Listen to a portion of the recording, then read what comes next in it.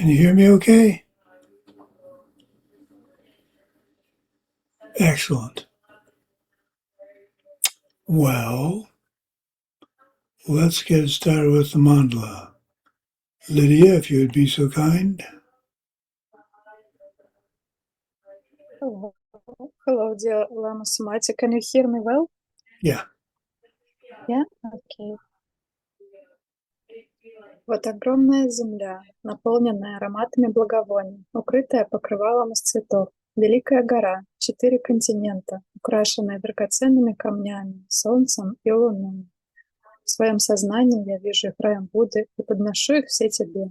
И с этим деянием пусть каждое живое существо ощутит чистый мир. И дам гуру Ратна Мандала камни для того. And let's have Svetlana 1 give the refuge, please. I take refuge until I achieve total enlightenment to the Buddha, compassion, knowledge, and strength, the Dharma, the enlightened side of truth, and the Sangha, the community of realized beings. From the virtuous merit I create from the practice of giving with understanding of emptiness, moral discipline with understanding of emptiness, patience with understanding of emptiness, joyous effort with understanding of emptiness, concentration and wisdom may reach the state of a Buddha for the sake of every living being. I go for refuge until I achieve total enlightenment to the Buddha, compassion, knowledge, and strength, the Dharma, the enlightened side of truth, and the Sangha, the community of realized beings. From the virtuous merit I create from the practice of giving with understanding of emptiness, moral discipline with understanding of emptiness, patience with understanding of emptiness, joyous effort with understanding of emptiness, concentration and wisdom may I reach the state of a Buddhahood for the sake of every living being. I go for refuge until I achieve total enlightenment to the Buddha, compassion, knowledge, and strength, the Dharma, the enlightened side of truth, and the Sangha, the community of realized beings. From the virtuous merit I create from the practice of giving with understanding of emptiness, moral discipline with understanding of emptiness, patience with understanding of emptiness, joyous effort with understanding of emptiness, concentration and wisdom, I will reach state of a Buddha for the sake of every living being. Thank you. Let's do a little rejoicing. I'll start with Svetlana from Finland.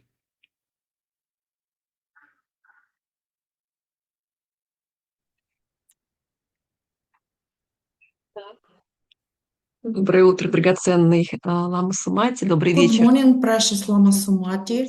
Good evening, participants of this course. I have simple, happy events. We have warm days, a lot of sun, and a lot of blueberry in forest. My husband got a lot of blueberry, and today I brought it to my job, to my boss. She is pretty old woman. She is 75 years old, and she still keeps a shop more than 40 years. And I bring her this blueberry, and it was my gift to her, and I rejoice about this. I do my offering for her and for all living beings. What do you make out of blueberries? Do you make pies?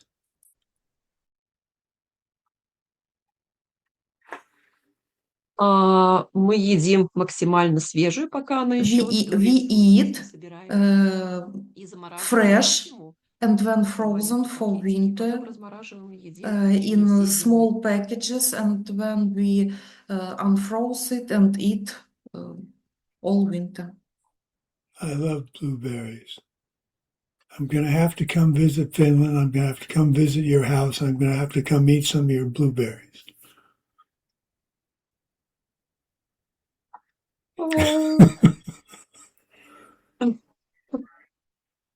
Okay, в Darn. Америке есть черника? Простите, такой вопрос. Dear Lama, do you have blueberry in United States? Oh, yes. Yes. I love blueberry. Blueberry jam. Oh, man. I can just eat that straight out of the jar.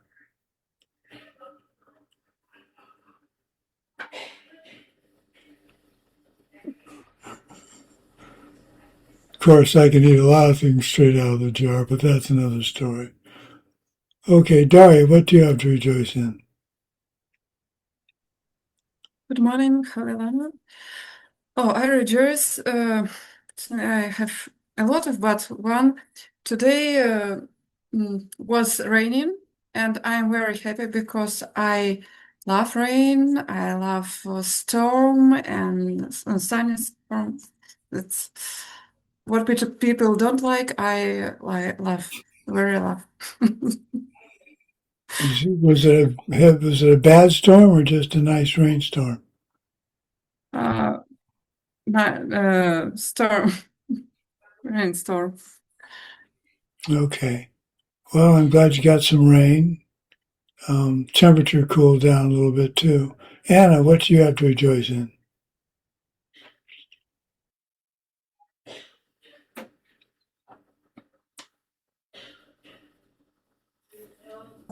Hello, dear Lama Sumati. Hello, everyone. Can you hear me? English channel. Okay. Oh, yes, you can hear, of course. About my rejoicing, I rejoice that I did yoga and also morning exercises, and also I went for a small walk during the day.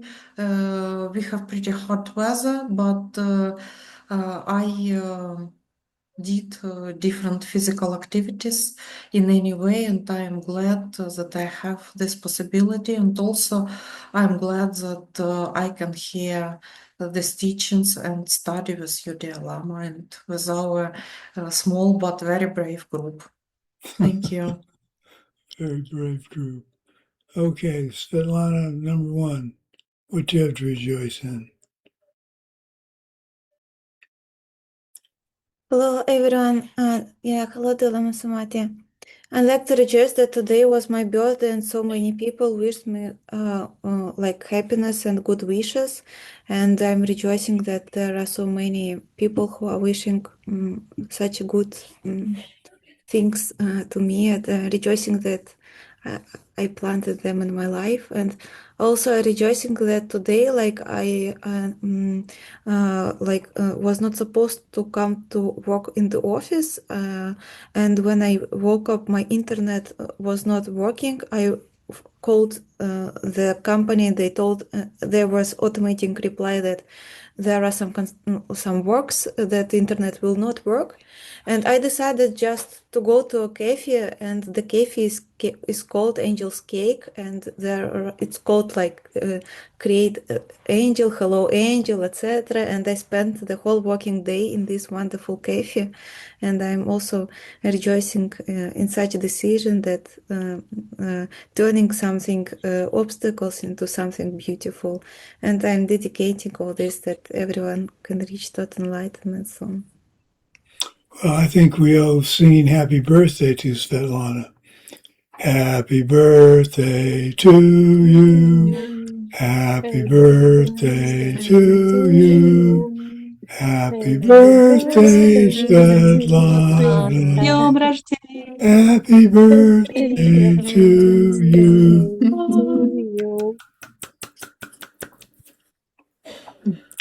Very nice, very nice.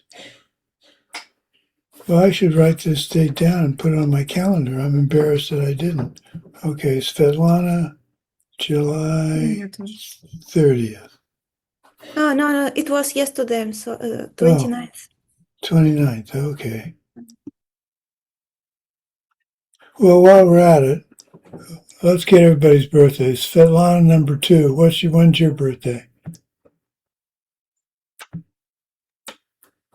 У меня осенью, 18 In октября. autumn, 18 of October. 18 October.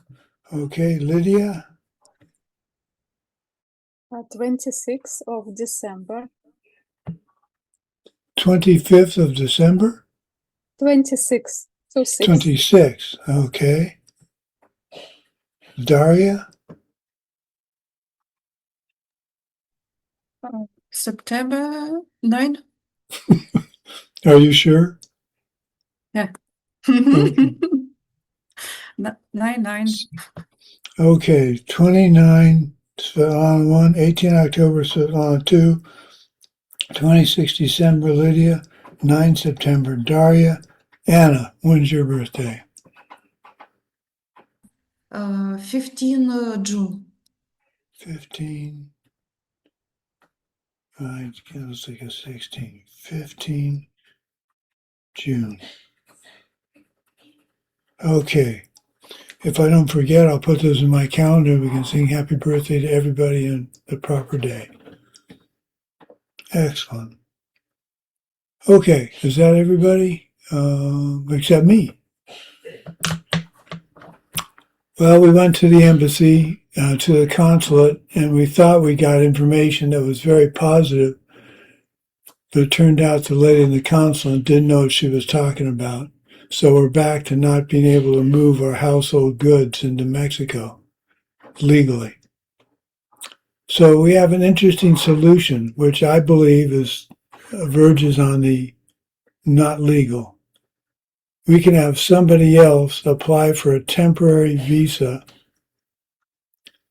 and if they get the visa, which they will, then they can ship the household goods saying that they're going to be living with us.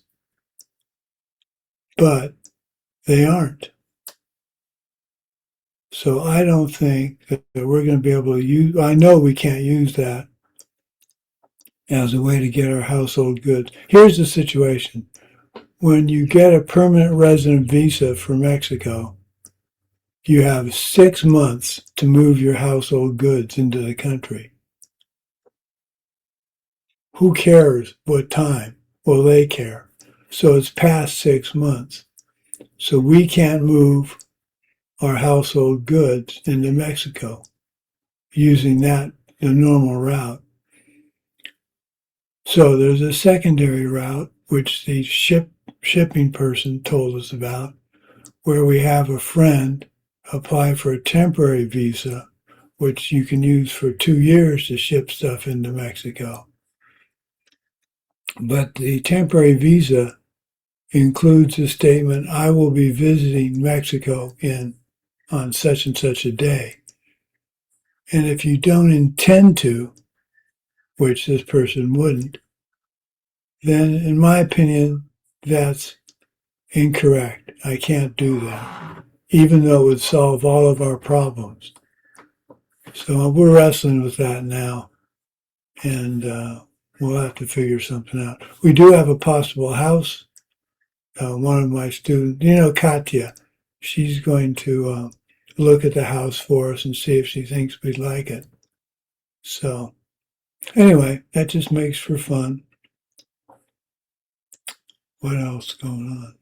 Oh, long story short, I needed to get a new printer, and it arrived, and it weighs 25 pounds. It was a little bit difficult to work with, but I managed to unpack it, set it up, and have it work. And I'm really pleased because I can't do I don't have much dexterity with my hands. And I can't lift very much. But I said, I'm going to do this. And I did it. So yay for me. Okay. What else? Oh, let's move on to class 10. Class 10 was, how can I put it? I'm actually fascinated with time. But this is one reason that the study of logic doesn't do much for me. I'll just be honest. I don't really care about water pictures. I don't care about the future of water picture. I don't care about the past of water picture. So we're going to go through class 10. The questions for class 10 are interesting.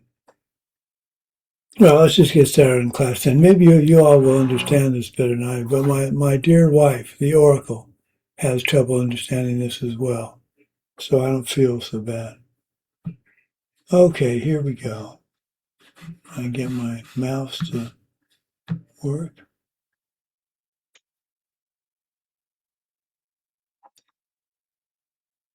The different Indian schools have quite different concepts and views on the nature of time. That's not completely unexpected. So, this chart this table that I'm going to put up now is something that you need to be able to do in an instant's notice. You need to be able to make this table like that. Because if you're like me, you'll have Geshe Michael ask you a question about it. And because I get flustered talking to Geshe Michael anyway, I just, so you got to memorize this. Not for class today, not for homework or quiz or final. Just good to have memorized. Okay, so the functional schools, the Hinayana, the Abhidharma school. Abhidharma is also known as the detailist. Then the Sautrantika or Sutra logic school. Those are the lesser vehicle. Mahayana vehicle starts with the mind only. Then the independent half of Madhyamaka and the implication or consequence part of Madhyamaka, the Prasangika. Okay, the concept of time differentiates the Madhyamika Prasangika from all the other schools. Their take on the nature of time, the emptiness of time, is the big deal. However, for this presentation now, we will start with the logic school, which is technically one of the two subsets of the Sautrantika school. They use primarily logic to prove things. The others use sutra references. Their version is cool, according to Geshe Michael. It nicely fits into our conceptual framework, and it's not altogether correct. Now, I'm not saying the study of logic of time is trivial. I don't mean to imply that. It just means that, and maybe this is one thing that's going to doom me from not seeing emptiness, is I don't understand the need for the detail about the water pitcher. It seems to be,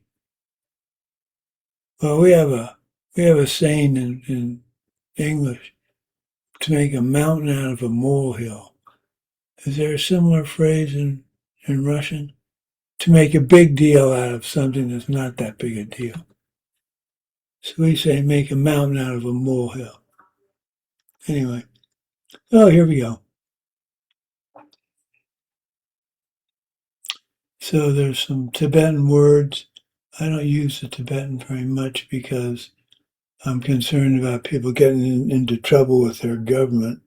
If a Chinese student was watching one of my videos, they could get in trouble if I speak a bunch of Tibetan. Thinking about time is confusing and difficult, and it takes time.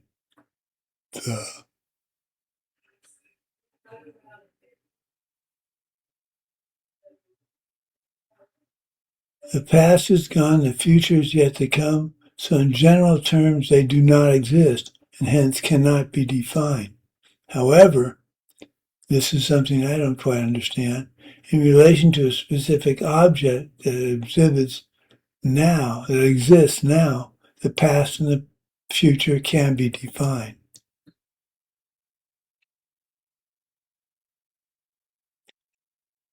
Using a referent existing object, there are two requirements to define the past. One, by the time of the current water pitcher, the past must have already begun, otherwise it would be the present. Okay?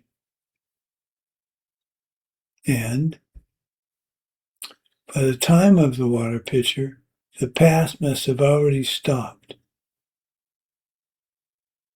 By the time of the water pitcher, the past must have already stopped, because we're in the present now.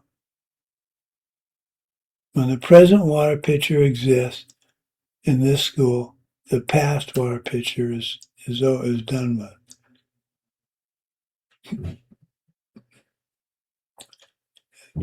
Definition of the past relative to the time of the water pitcher is that time which has already begun by the time the current water pitcher exists and which has already stopped by the time of the present water pitcher. Now I'm struggling. The time of the current water pitcher and the time of the present water pitcher. So,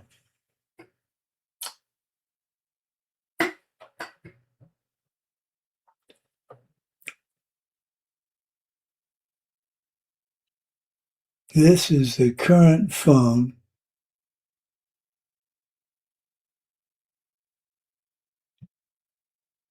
and the present phone. So how do those differ? We're gonna try and figure that out. By the time we have this water pitcher right now, that time which has already begun relative to this current water pitcher, and the time which has already ceased relative to this current water pitcher in the past, as a past relative to this water pitcher now. Let's go through that again.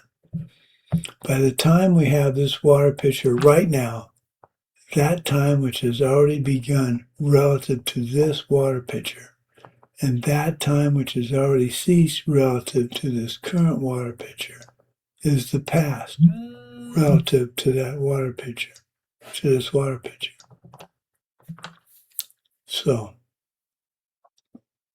just bear with me here.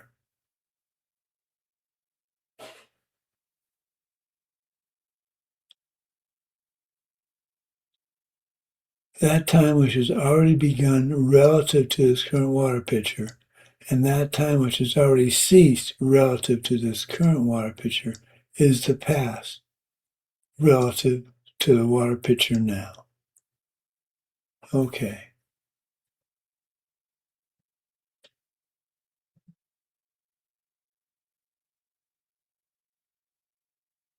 By the time of the current water pitcher, the present should have already happened because we're here. So this is the present.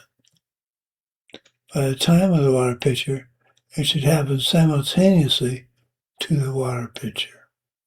Okay, so the water pitcher is here, its present is here, it's simultaneously here. That time which has occurred by the time of the current water pitcher occurs simultaneous with the current water pitcher is the definition of present time relative to the current water pitcher. What in the hell does that mean? That time which has occurred by the time of the current water pitcher occurs simultaneously with the current water pitcher is the definition of present time. Okay, so the water pitcher is here. The time, that time represents the present water pitcher, represents the present. And I would hesitate to say that present is there whether the water pitcher is or not, but that would imply self-existence. How about the future? By the time of the current water pitcher, the future time is in the process of beginning. So the future for this phone is, to me, is beginning the instance I have the presence of this phone. By the time of the current water pitcher, the future time has not yet happened, right?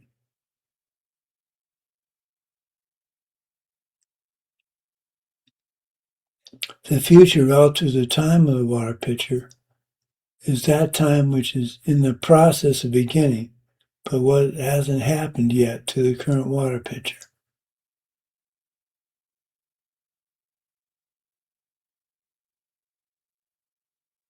The future relative to the time of the water pitcher is that time which is in the process of beginning, but it hasn't happened yet to the current water pitcher.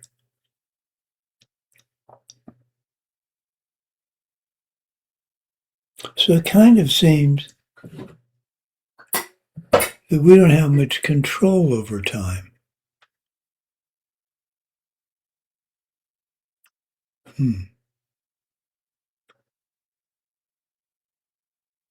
We have the concept of time, which allows cause and effect, cause and result to occur.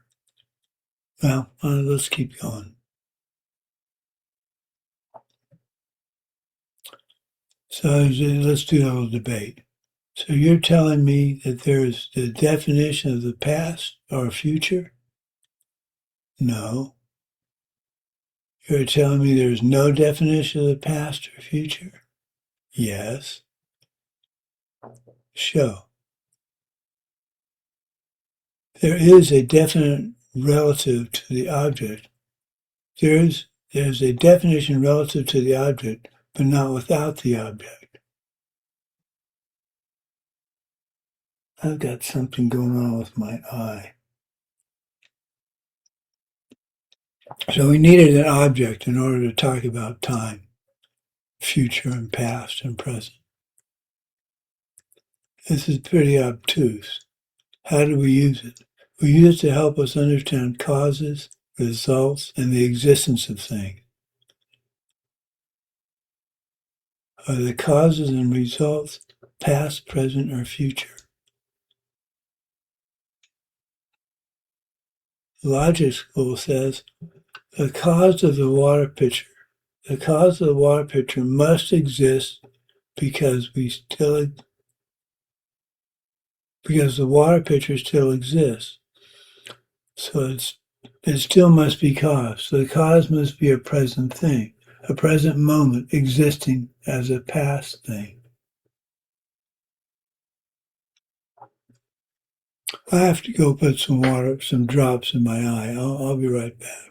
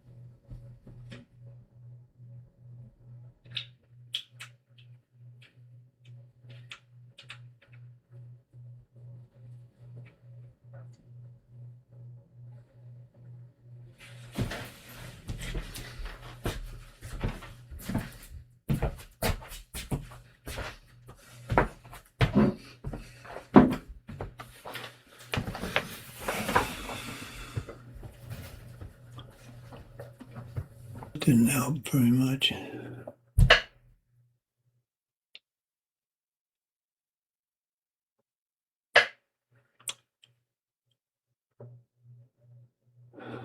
Oh, okay. Where were we?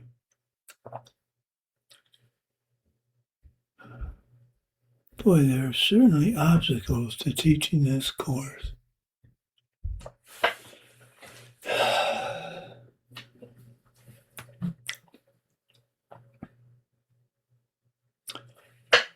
Okay, let's go through this again. The cause of the water pitcher must exist because the water pitcher still exists. So it still must be caused. So the cause must be a present thing, a present moment existing as a past thing. Let's move along.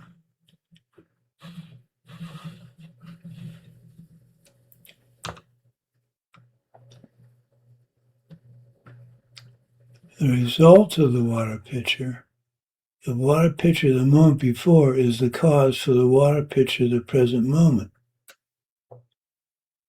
The result is the present object. Okay, that makes sense to me. A working thing, it exists in the present, it is functioning now.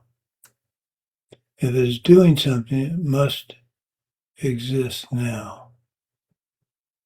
So now we're going to do an exercise to establish which of these three terms, cause, result, working thing, or none of them, applies to each of these descriptions. Kachikma, something that exists only a moment, best fit working things, changing things, only lasts for a moment.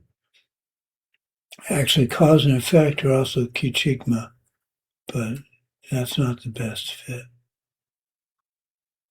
Ki shinpa, in the act of beginning, hasn't finished beginning yet, so it doesn't exist, as in number 4 we're going to see in a minute.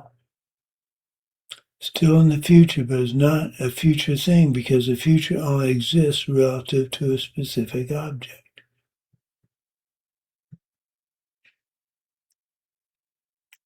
Something that has not happened, not yet come yet, relative to the water pitcher.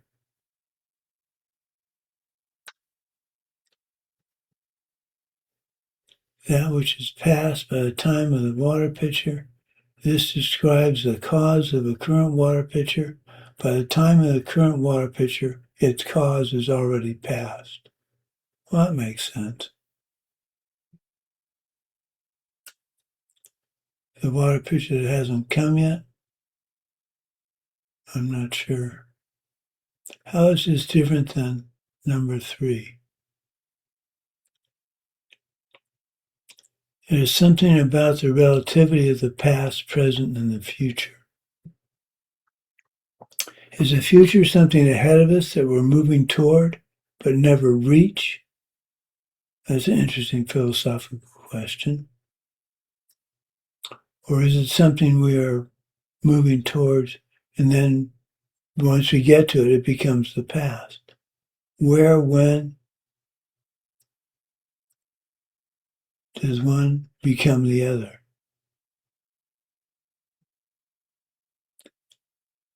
A water pitcher that has not yet come is best describing the cause of a water pitcher.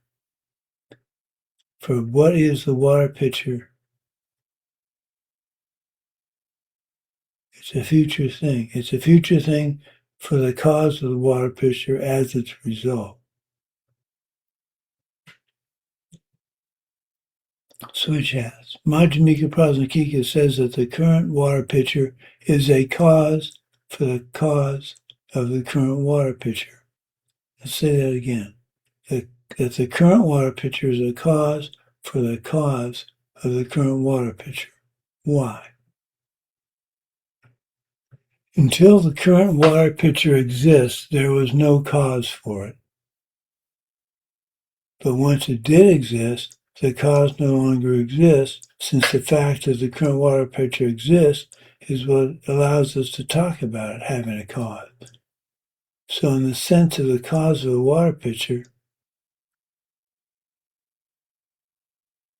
the cause for the water pitcher is future for the water pitcher.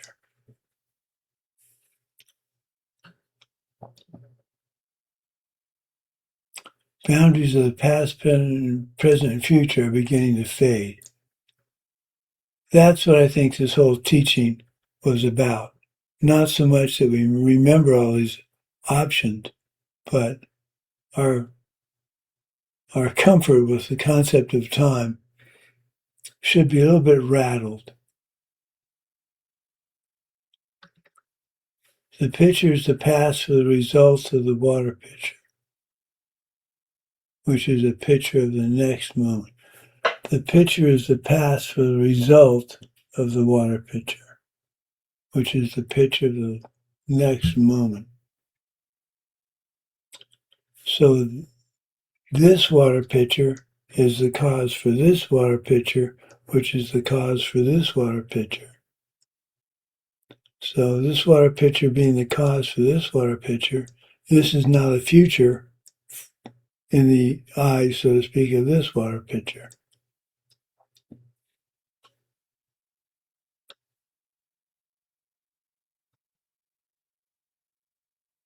That which is in the process of being destroyed. This best describes a working thing. In order to be destroyed, it has to be existing and changing. Well, that makes sense.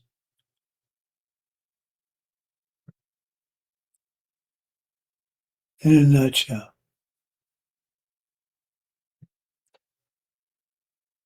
Majjhimika Prasangika say all three times are existing things, working things, and there are two reasons for this,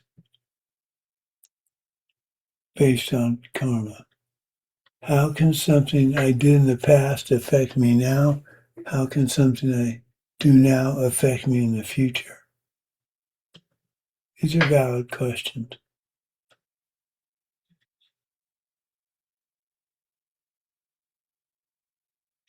How can any of this work if there's no past or present or future? How can it work if there is an already existing future and a still existing past?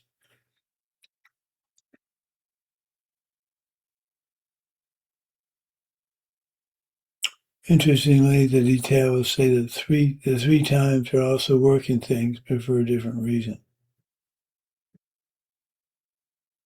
Details, lowest of the schools, say that karma stays in the stream of your five heaps as they travel toward the future.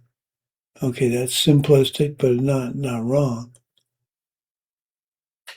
Logic school wriggles out of this by saying the absolute future, unrelated to any point of reference, does not exist, but your future karma does exist.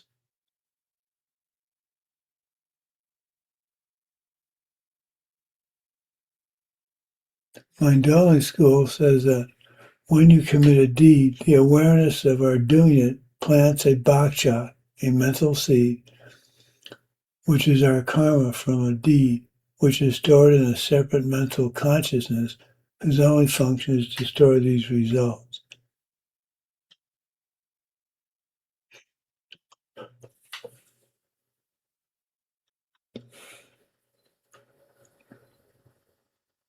They say that the deed is past and over and done and no longer exists, but the imprint from it remains in the kunchi, the storehouse consciousness, replicating until the day it meets the conditions to ripen. Mandoli says the karma doesn't stay, but the seed created by the deed stays in your mental continuum until it ripens. Majjhimika Prasangika view. We say that all three times, past, present, and future, are working things because they're changing things, and a changing thing is a working thing. Whoops.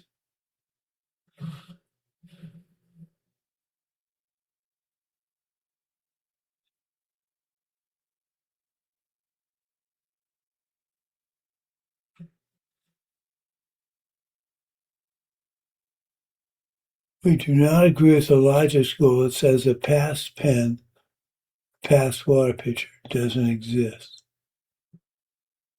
Of course it does, as a past, in this case, as a past pen. So this, I think there's a fine point here. This pen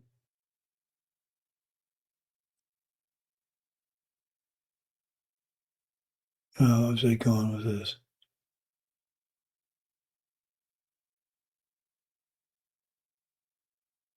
I had a thought. Let me just catch it.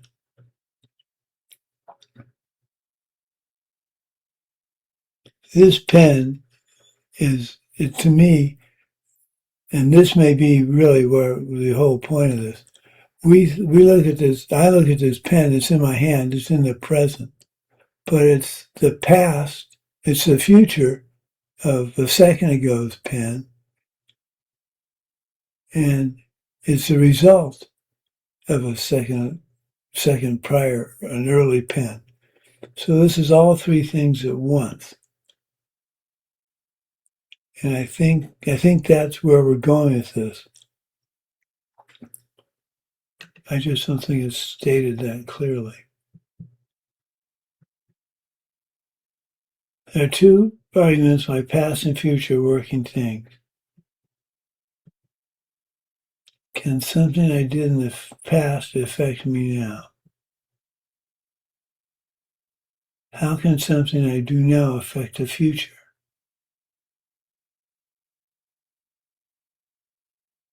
How can any of that work if there's no past or future?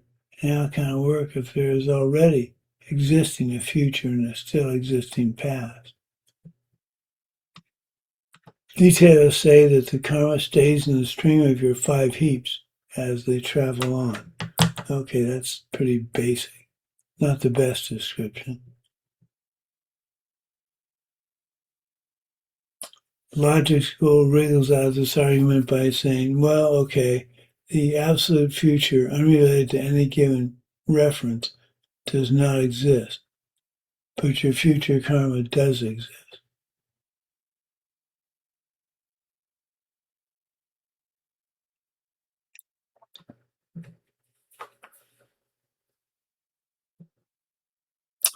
And only says that when we commit a deed, awareness of ourselves doing it plants a seed, which is our karma from that deed, which is stored and carried in another mental consciousness whose only function is to store these deeds.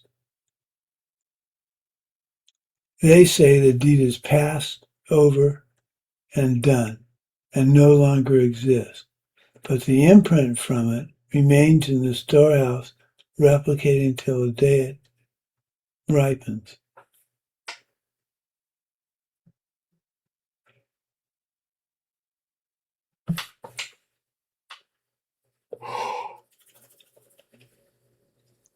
How can something I did in the past affect me now? How can something I do now affect me in the future? How can any of that work if there's no past or present? Or how can it work if there's already existing a future or a still existing past? I'm sorry, that's a repeat slide. Geshe Michael says up to now he's only been teaching the lower Madhyamika, the independent school. Karmic seeds are not carried in your mind stream. They do not stay in your mind stream. Karmic seeds, imprints of past deeds, are carried in the you, in the person.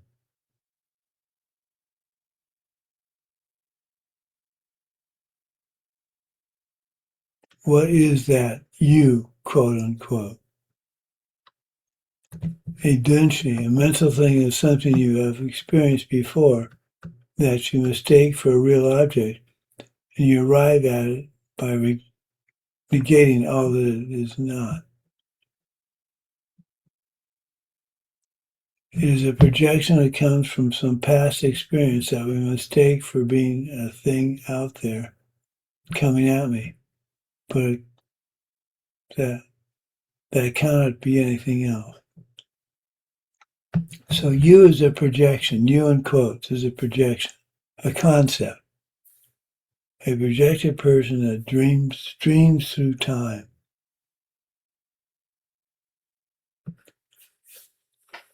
We're reading that millions of years can go by between when you hit someone in the head and when you get hit 1,000 times on your head. It's not because the karma sits around somewhere for all that time.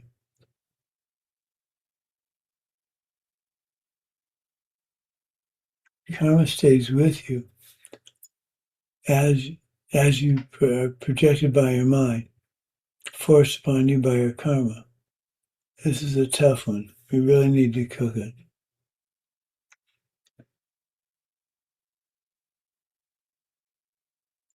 So the past and the future are working things because the karma of the past can and will affect you because that mental seed has been planted in you as a projection of your own mind. And there is no other part, past or future, that is anything but those karmas.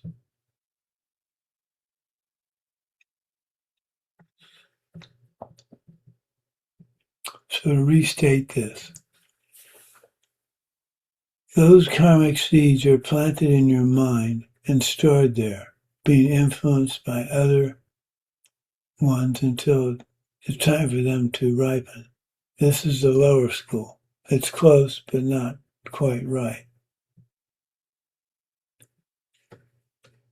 Madhyamika Prasangika says that those karmas from past deeds are making the very projection that is you, that is carrying those karmas that continue to project you and your world, that makes more karma to make more you and more of your world.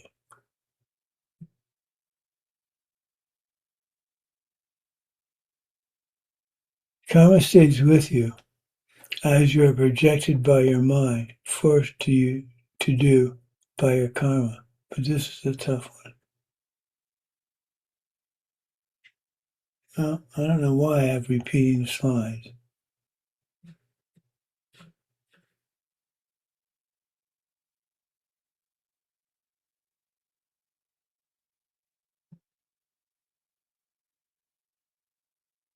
On to the second reason, past and future are working things. This is called parallel reasoning. Think of a pen at the moment of its destruction. Does the destruction of the pen have a cause? Yes. So there is the cause of the past pen? Yes. The destruction of the pen is the cause for the destroyed pen. So how can you say there is no past or future that are a working thing?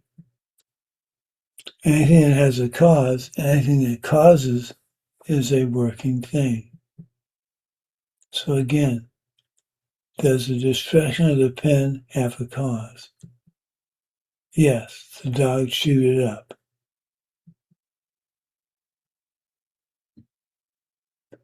Then we have the destroyed pen. Does that have a cause? Sure. Its destruction was its cause. So the construction must be a working thing. The destruction must be a working thing. The destruction in the future is a working thing. So the future is a working thing too.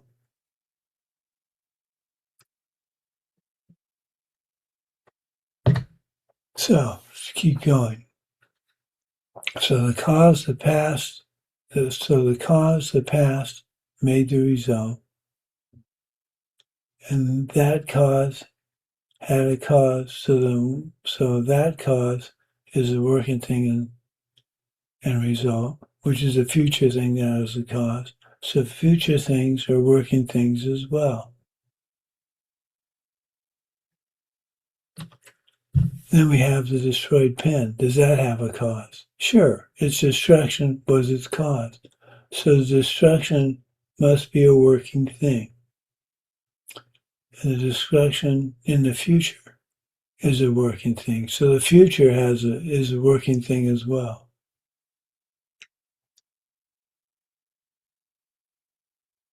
So the cause, the past, made the result, and that cause had a cause, so that cause is a working thing.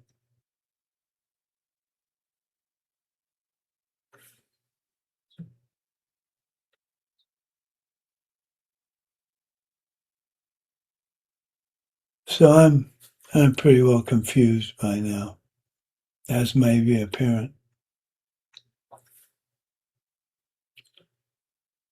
This is our last logic session. There are three types of incorrect reasons. This is a little easier to get your head around. Three types of incorrect reasons. So, What's a reason? Any reason is a good reason. Any reason is a reason.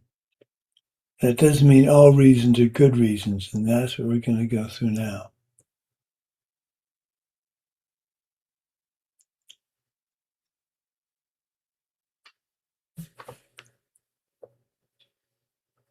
So before I go into that, what is the definition of a reason? Anything you put there. Anything that exists is a good reason for something.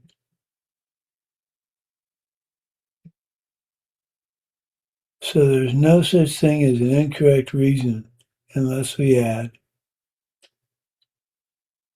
in a particular proof. Remember, as we go through this, 1 has to equal 3, 3 then 2, and not 2, not 3.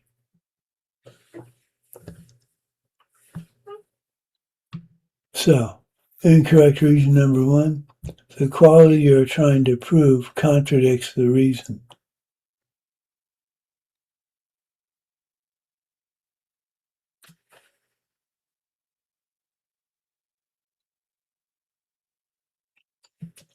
Consider sound.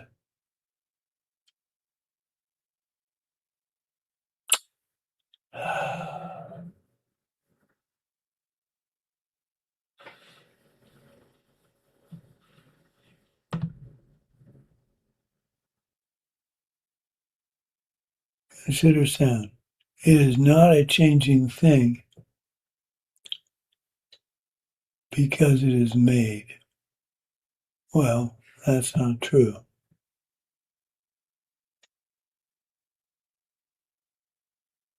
Not being a changing thing and not being made are contradictory. So that's where the reason is contradictory to the subject.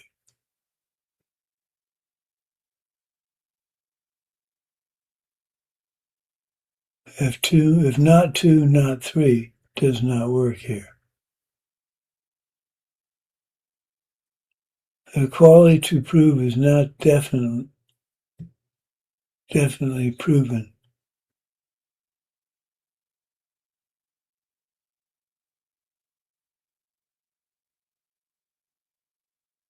Take sound.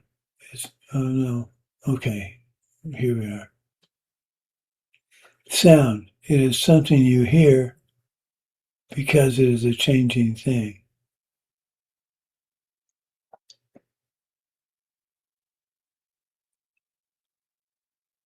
The quality to prove is not definitely proven by the reason. Sound. It is something you hear because it's a changing thing. Well, there are lots of changing things that aren't sound, like the taste of food, the smell of a fragrance, the moving of a car.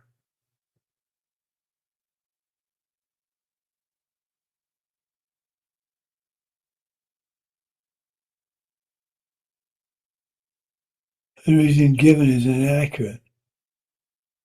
There are at least 7 ways a reason can be inaccurate. 1, reason is non-existent.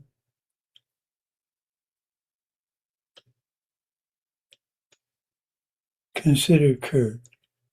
He is suffering because he was stabbed by the rabbit's horns. No such thing, so Kurt cannot have had a relationship with it. The subject is non-existent. Consider the horns on a rabbit's head. It is a changing thing because it is made. Think about this. So we can never make proofs about non-existing things like we can with self-existing things.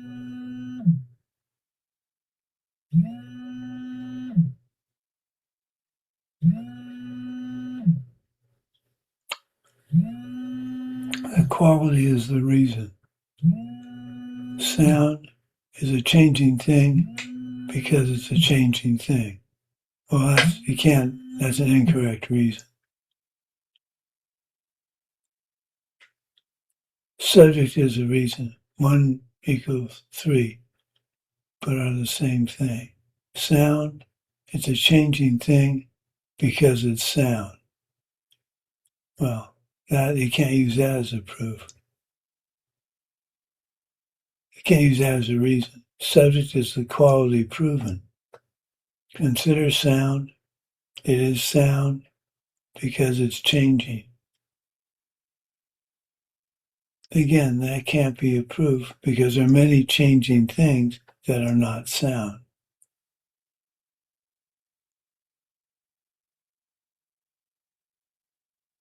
The reason does not apply to the subject.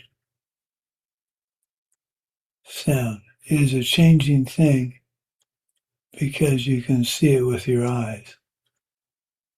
Well, that's an incorrect reason because you can't see sound with your eyes. 7. Part of the reason is incorrect. Consider trees. They have minds because their leaves curl up and go to sleep at night. Path of the reason is incorrect because their leaves curl up and go to sleep at night.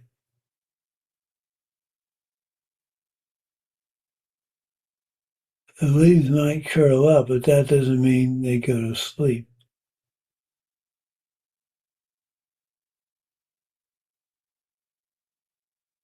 If your opponent doubts any of the elements in the argument, we do this a lot, assume that people agree with our assumptions. Your whole argument is incorrect.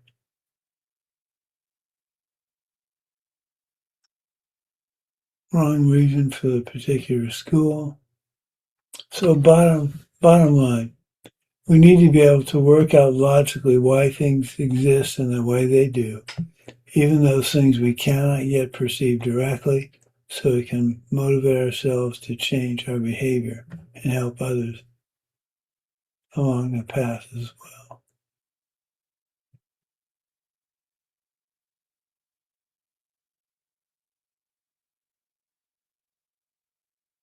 Meditate, study hard, keep your vows well, do retreat. We can reach another realism in this lifetime, where there is no death and no suffering. Buddhism is the vehicle to get us there. It will only continue to exist as long as people keep using it and sharing it purely with others. And logic is a main tool, major tool in making this work.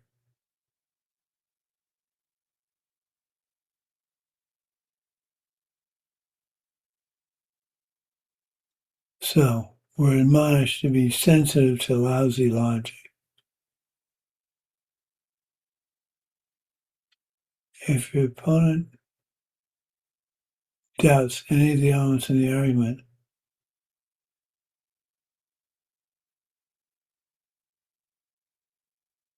this is just a repeat.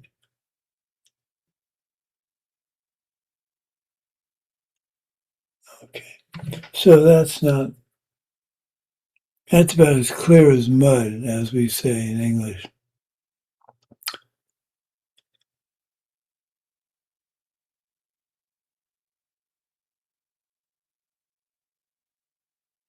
So, on that very confusing note, we end class 13. Not one of my favorite classes, as you might be able to tell. Lojong is much more fun, I think much more useful. Well, I shouldn't say that. Lojong is much more useful. I better be careful. Never mind. Okay, who's going to want to help with the review? Only one person? Svetlana's gonna, okay, good. I was worried there for a minute.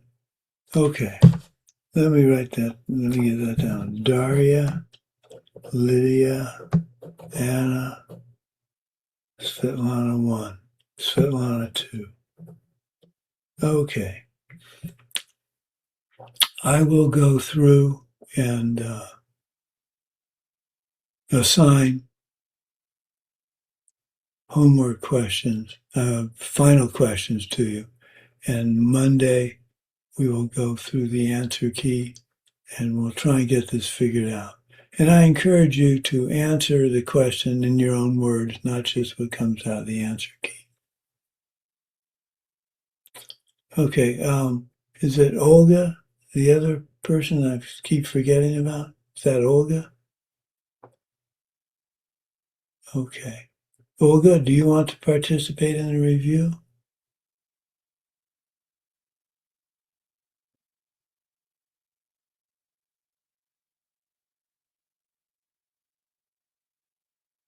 I guess I'll take that as a no. Okay, well, let's dedicate.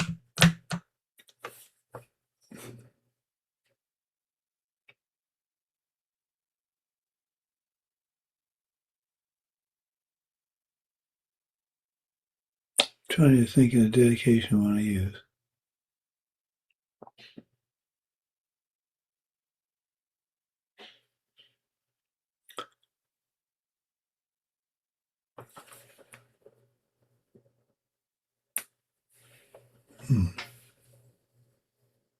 In all my lives, may I never live apart from my perfect lamas.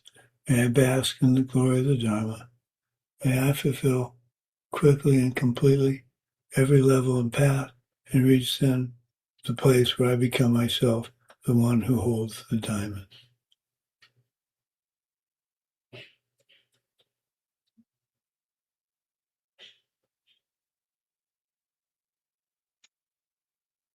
I think what I'll do is try to understand Course 13 more completely, and maybe we can revisit, once we finish all the courses, we can revisit Course 13 and try and make sense of it.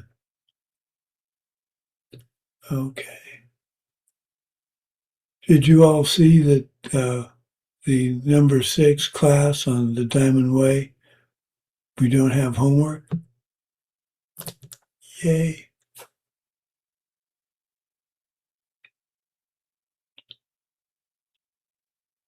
Okay, we'll see you on Monday. Have a great weekend, and thank you for sticking with Course 13. Course 14 is going to be much more fun, in my opinion. Okay. Happy birthday, a day late, and